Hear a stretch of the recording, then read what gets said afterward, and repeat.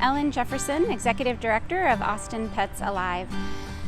We are an organization that has always filled the gaps. So this year we pivoted to fill gaps again, and when COVID hit, we knew that there were a lot of animals that were going to be stuck in shelters with staff that got sick and couldn't care for them, or government shutdowns where animals couldn't be cared for and so might be preemptively euthanized, which often happens in shelters.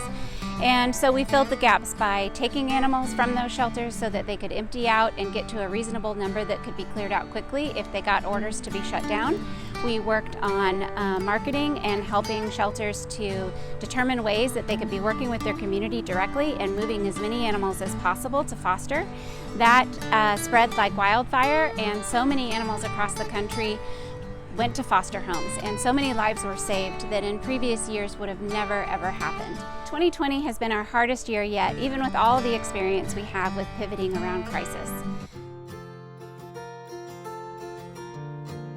COVID created this really unique opportunity in animal shelters across the country to have more space in their shelters than ever because more pets were getting adopted and going to foster homes.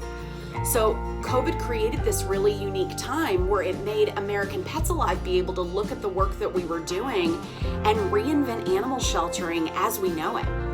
That's how Human Animal Support Services was born. Human Animal Support Services is an international coalition of animal welfare leaders and organizations coming together to transform the traditional system of animal sheltering.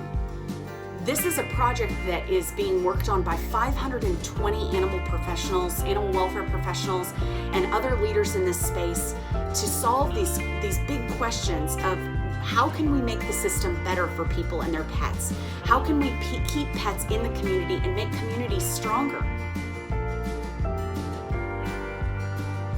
Since March, things have looked very different around APA, and the adoptions team has been no exception. Instead of adopters browsing kennels, matchmakers are now talking with them through email and phone calls first to make personalized suggestions. This also includes dogs that are in foster, since so much of our population is now comfortably in homes instead of at the shelter. Over the last 6 months, we've seen several of our longest stay dogs find their foster or forever home, and I truly believe it's thanks to being able to promote them in their best light prior to a person coming in to meet them. Adoptions have all been processed completely virtually since March. Adopters of dogs in foster used to have to schedule a time to come down to the shelter, sign all the paperwork, and then go pick up their new dog. Now they can do this all from the comfort of their own homes. Behavior consults, medical addendums, and adoption contracts are now being sent digitally and then discussed over the phone when the adoption counselor calls the adopter. We've heard from several families that they're all gathered around the kitchen table to listen in about their new dog and hear all the information the adoption counselor has to share. So that's been a really cool thing to hear. Change is never easy, but virtual adoptions was always a goal of mine since starting APA, and I'm grateful that we finally had the time and need to make it a reality.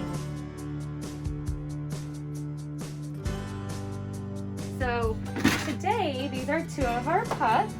They came from the Beaumont area. This is Bama and Isabel. So these are guys that, Bama's 8 months, Isabel's 6 months. They would have been euthanized just because their shelter didn't have space for them. When COVID started, we did send out a big announcement, at PSA to the Austin area that we are having an influx of dogs coming in for several reasons. One being that other shelters across Texas don't have the staff at that time to care for the dogs. So some were totally shutting down, would have had to euthanize all their animals. So I think within the first 2 weeks of COVID, after making that announcement, we had 1,700 foster applications coming in. We started the Dog and Dash program to make it super easy for people just to come by and grab a dog sight unseen. And the turnout from the Austin community is wonderful. It's amazing. This is Barton. Barton is one of our available dogs, and he's also available for a cool program called Dog and Dash. So when COVID hit, we had a bunch of fosters wanting to come in and help us, and we didn't really have the infrastructure to let them help us. So we created our Dog and Dash program, where basically you can come in any day. We have certain time limits. You come in, park, let us know you're here, and we will bring you out a dog that fits your lifestyle.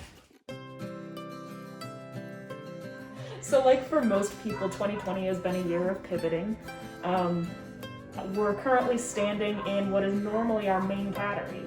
This is normally where we host the biggest population of our on-site cats, and as you can see, it is almost empty right now, which means that we've moved 90% of our cat population to foster, and we're having those fosters perform virtual meet and greets with interested adopters, and then we're processing those adoptions virtually. And throughout all of these pivots, no one's job looks the same now as it did 9 months ago, but the whole team has been just incredible in adapting and figuring out ways to make it work. We've kind of had to build the plane as we're flying it, which is always exciting, but I wouldn't want to do it with any other team of people because everyone who works here just wants the best for the cats. And that's exemplified by the fact that, like, in spite of all the changes, in spite of us having to upend everything we do, we have never been able to save more lives than this. We have more than 1,000 cats in foster right now, and 1,000 new foster homes this year. Those are the highest numbers of new fosters and cats in foster that we've ever had in our history. We've adopted out 4,600 cats this year, which is, again, more than 1,000 cats than we had adopted out at this time last year. So I wanted to make this video to basically go over how we had to pivot when the pandemic started and how we've still been able to save lives and do thousands of spay and neuter surgeries in a short period of time while keeping our staff, the caretakers of the animals, and of course the animals safe. We split up our team into Team A and Team B. And so that way we are able to reduce the amount of people that we are, exposing our staff members to by keeping it the same few people for every shift. The second thing I wanted to go over is how we were still able to do how we were still able to do thousands of spay-neuter surgeries in a very short period of time. So we did this by using a system called Waitwhile, which is how we schedule our appointments and our surgeries. And the caretaker is able to check in through text message when they arrive in the morning, and we were able to communicate with them to coordinate for them to place their animal in a carrier out front of the clinic. And so that way the surgery staff member can go out and grab the animal without having to interact with the caretaker. Discharge works in a similar manner. The caretaker can text when they arrive, and we place the animal out front in a carrier or a kennel and place their post-op instructions as well as their medications with them, so that way the caretaker can grab their animal as well as everything they need without having to interact with anyone. We do car side appointments and call the caretaker while they're in their car to go over patient history as well as any exam findings. And we do the exam in the clinic with the animal while the caretaker waits in their car to keep everyone safe. We are so happy that we've still been able to save lives during this pandemic, save little animals' lives, like little Jamie High Kicks here. And without your help, we wouldn't really be able to do this. So thank you so much.